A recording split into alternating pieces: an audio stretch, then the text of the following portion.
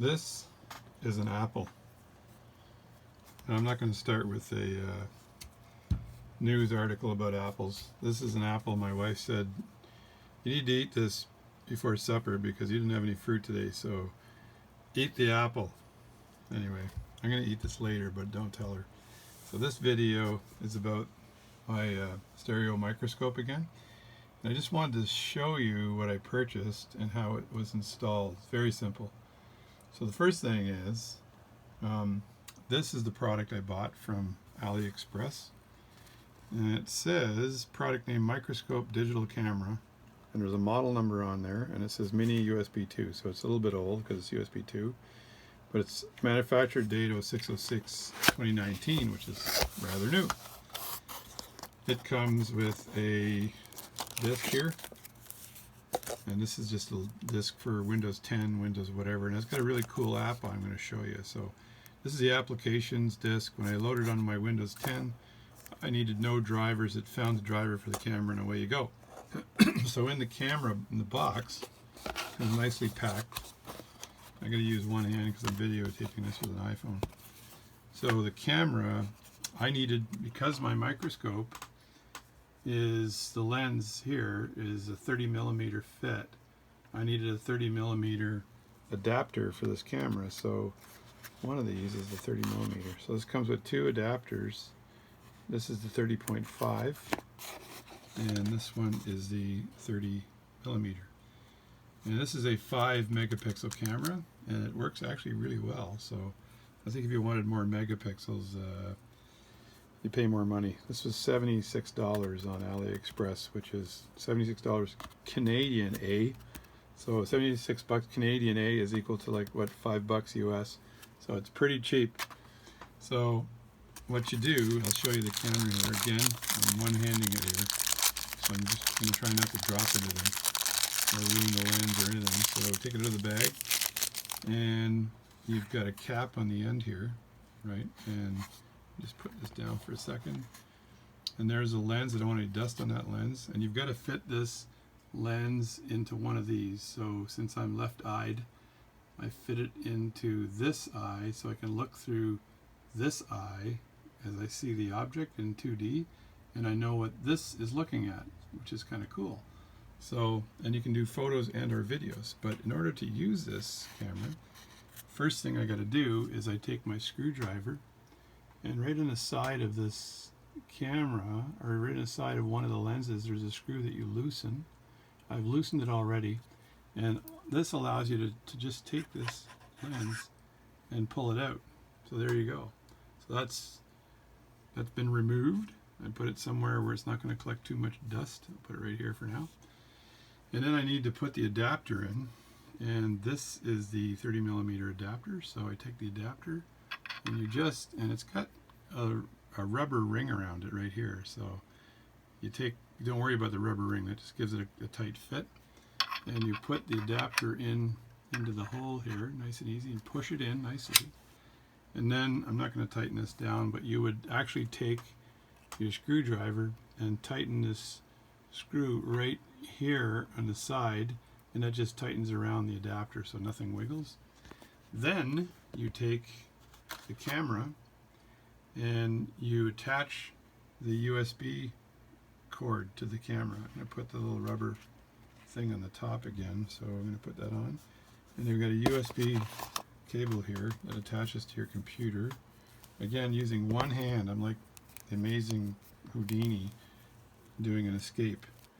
And just in case you're curious, Houdini was an escape artist, and he actually learnt his escape from a straitjacket from a doctor friend of his that he had in St. John, New Brunswick, Canada. And a doctor worked in what they called an asylum back then. And he saw a guy in one of the padded rooms trying to get out of this thing called a straitjacket. And he thought, that is so emotionally intense. I wonder if I could do something like that. So Houdini learned how to escape from the straitjacket. But what he would do, he would hide. I'm just going to plug this in by using one hand. He would hide behind this blind, and the audience would be waiting for him to escape, and he sometimes took half an hour, 40 minutes to do the escape. And it was kind of crazy because he was out of the straitjacket within, I don't know, a minute. And then he would sit there reading a newspaper behind the blind. He'd make all kinds of noises. Now I'm going to plug this USB into the computer. He'd make all kinds of noises. There we go. And the software immediately recognizes the camera right there. So, and that's the number it's given. And anyway, he would make noises, and he would also, then he would spray himself with water just before he got out behind the blind, and looking like he sweat a lot, but he really didn't sweat at all. He got out of the thing very, very quickly. And so it was all about show. But this is not about show. So this is a, it says cat, anyway. So microscope digital camera. It's 5 megapixels, 1 to 2.5 inches. Aptina, I'm not sure what that means, but maybe aperture. Aptina CMOS, that's the camera detector. USB 2, which is 5 volts, basically, and that's how many milliamps. With a serial number. And there's a part number, and it says SCCMOS. So all I do with this camera, now that it's plugged in, is I take this and I put it into there. I put it in there like that. So now, I'm not sure if that's going to show up right side up, inside out, whatever. I'll leave the screwdriver in there so we can use that. So the first thing I'm going to do is turn on the light for this microscope. Then I look through the lens here to see. I'm going to see if I can do this. This is crazy nuts. So I doubt if it'll work, but I'm going to do it anyway. So I look through the lens here. I'm just pretending it's my eyeball. And I'm going to adjust the focus on this piece of metal. And there we go. That's the screwdriver, right? And this would be the screwdriver blade. Let me see. Let me get this picture back somehow. There's the tip of the blade. Kind of a shitty image when you do it this way. It's funny but shitty. Okay, there we go. There's the blade.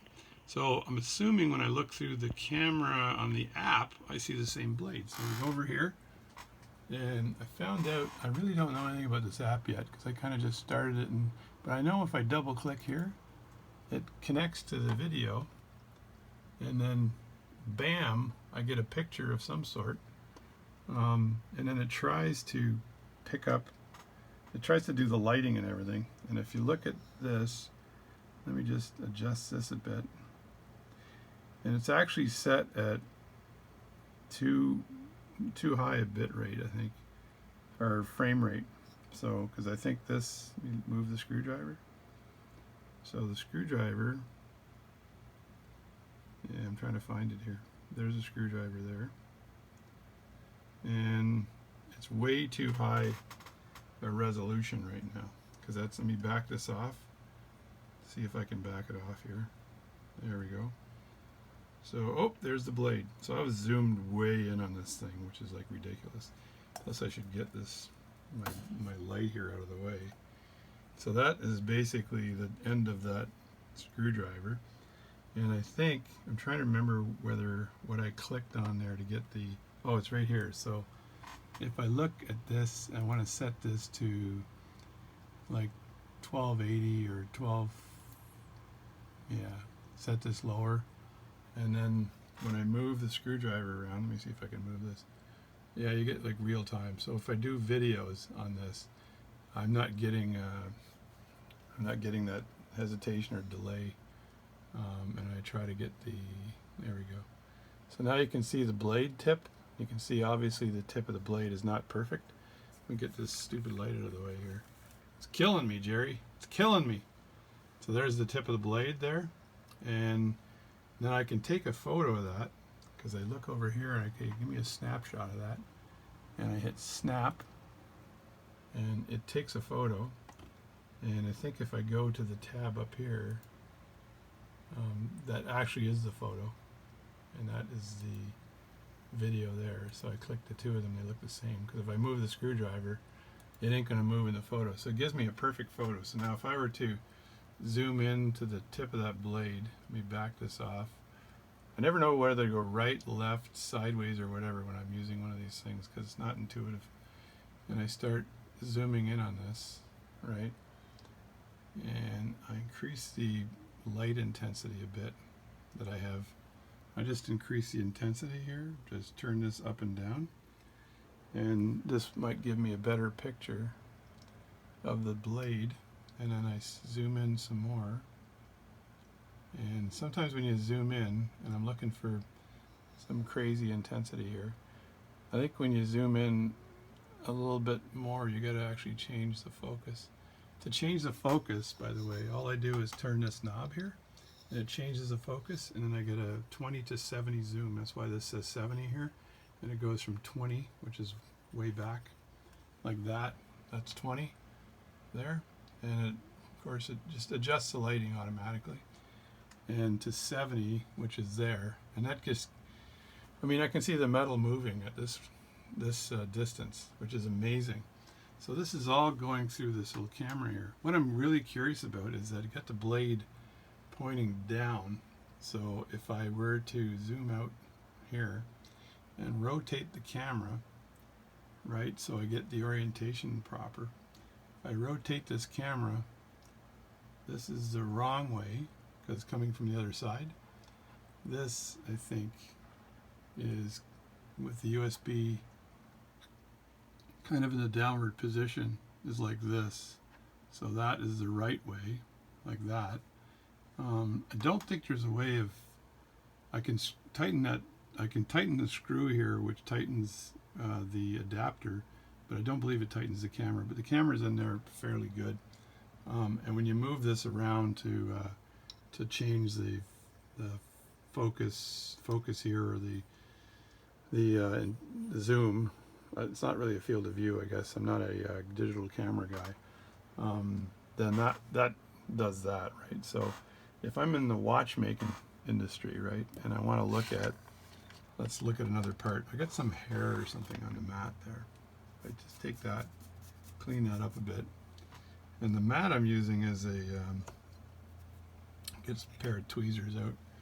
The mat I'm using is just a dollar store mat on top of the mat that comes with the camera. So this ensures things don't slip around while you're using them, right? And I've been working on this pocket watch here, and if I were to brave it, and let's say I take this movement, I gotta remove a few things here, take this movement and just put it under here, and I'm going to look at the jewel.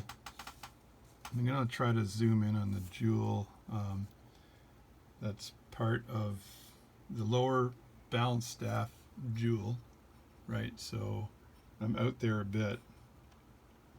That's zooming in. So I'm going to focus this. See if I can get a focus on this. Let me see.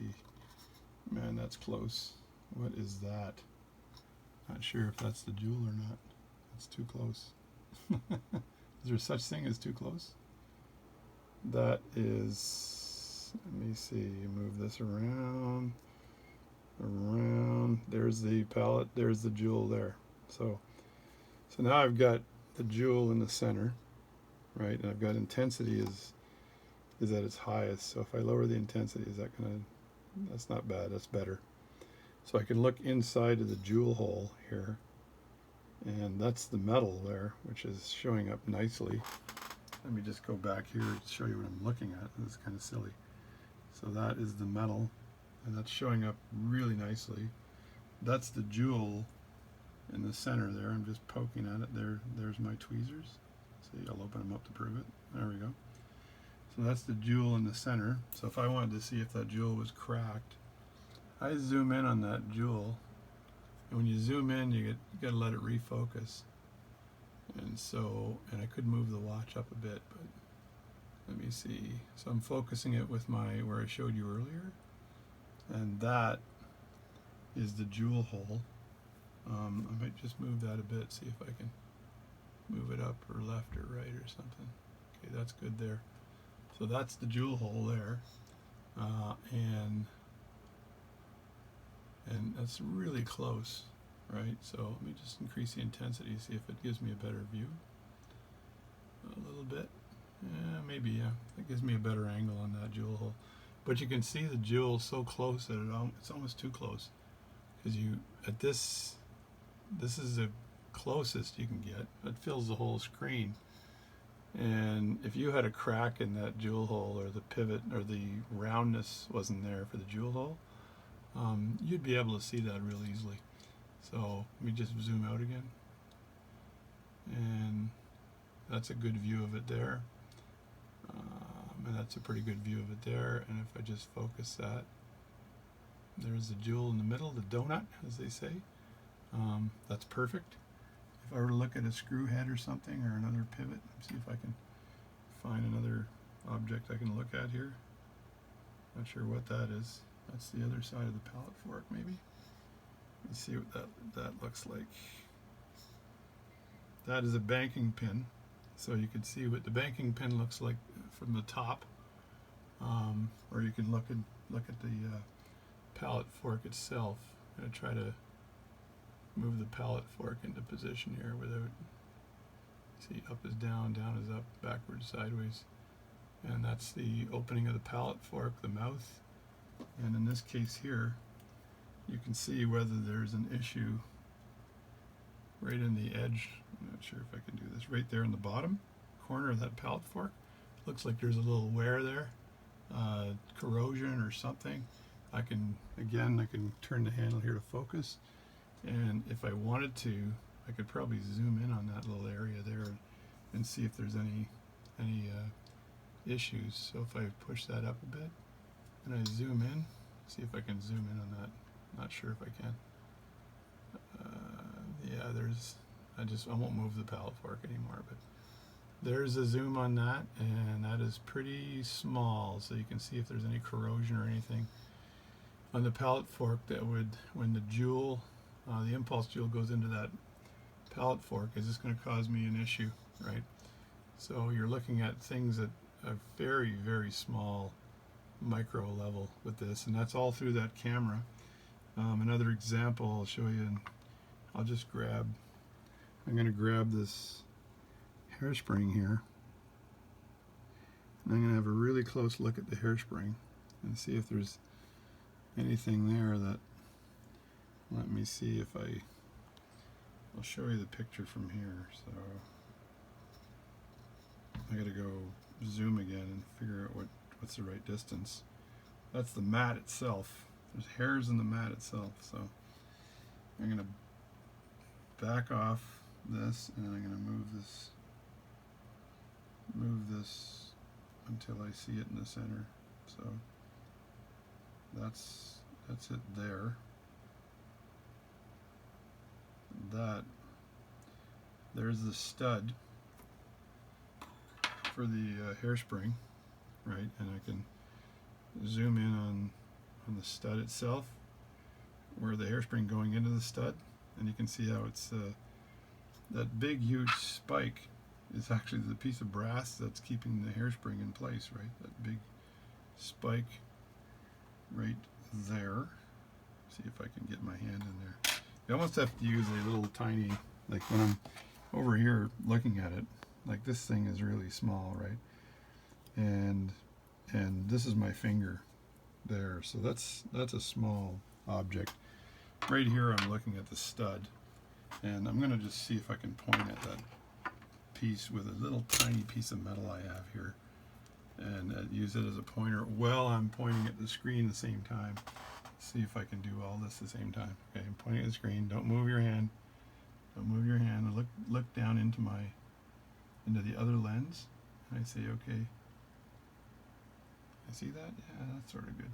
So that object right there, that's right there. That's the stud going in. So pretty friggin' cool, I think. This is like super nerdy, but pretty friggin' cool.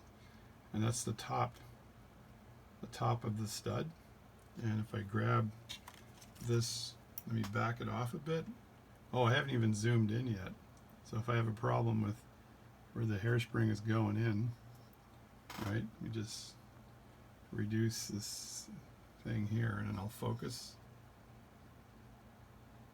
this is zoomed in on where the hairspring is actually going into the stud. So that's so friggin' close, and that's the end of the stud, and that stud is down here, the world's smallest little tiny chunk of metal that's wedged in there. That's the wedge that's going in to keep that into the stud hole to keep that hairspring in place.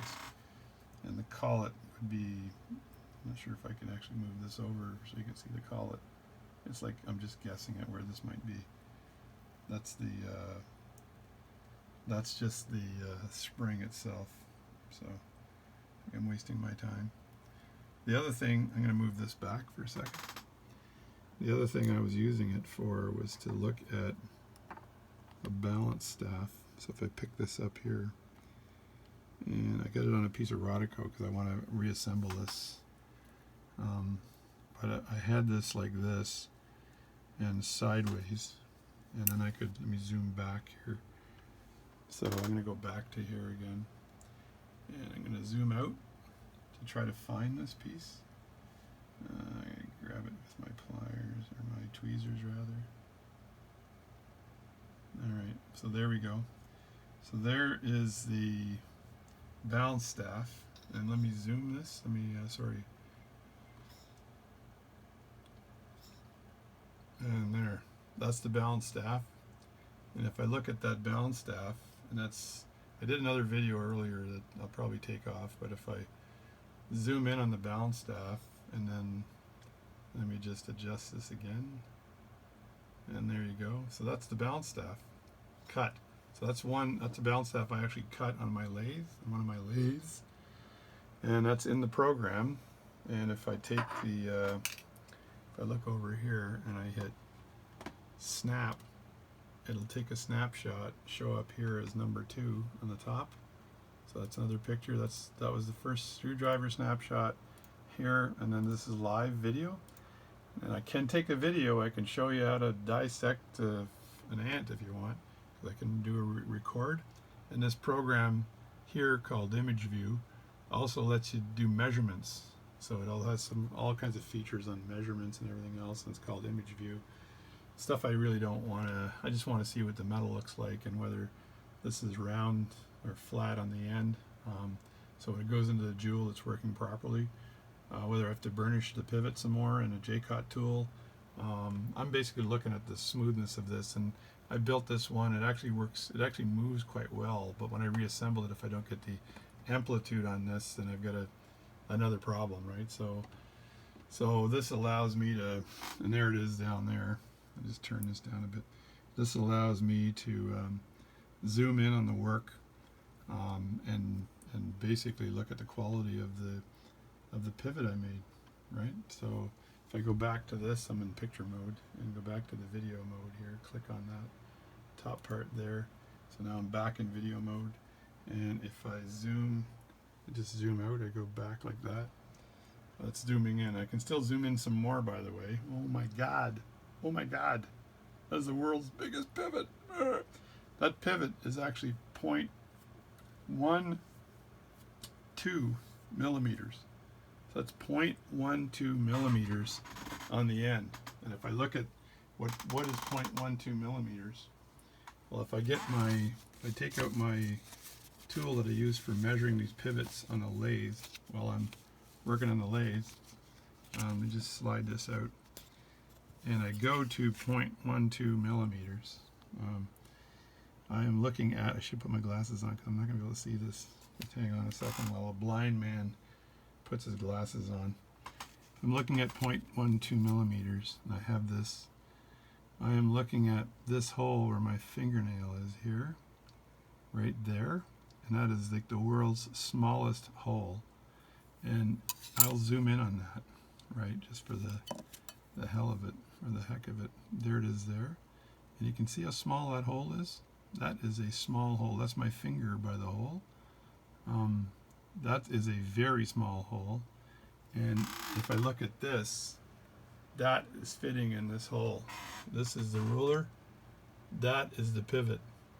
So I'm telling you, you got to get yourself a stereo microscope and then learn how to use it and get yourself one of these cameras from AliExpress.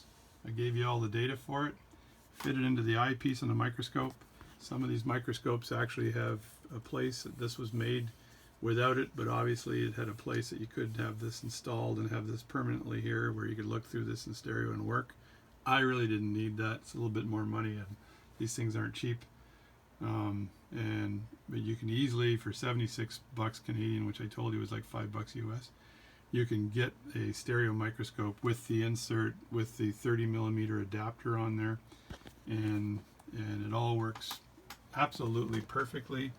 So once again, I'm going to back this off a little bit, see if I can show something different here. I'm not sure what I'm showing, but I'm going to zoom out and have a look. That is what? That is like metal. What the heck is that? I got to zoom back and see that. That is a screw. It's a bounce. It's a screw from the balance going through the balance wheel itself. So that this stuff here, this is the width of the balance itself, which is nuts. That's how close I'm getting to this thing, right? And that's the metal. You'd think it's nice and smooth and everything, but that's what it looks like. And those are the threads of one of the timing screws or the temperature screws of a balance. So you can actually see what that looks like too. So anyway, I'm going to stop the video now. I think you've probably seen enough. I'd like to thank you for watching this video. And again, this is an apple.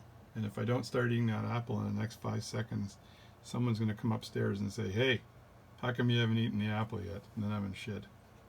I'll talk to you later. Hope you enjoyed this video. Thanks.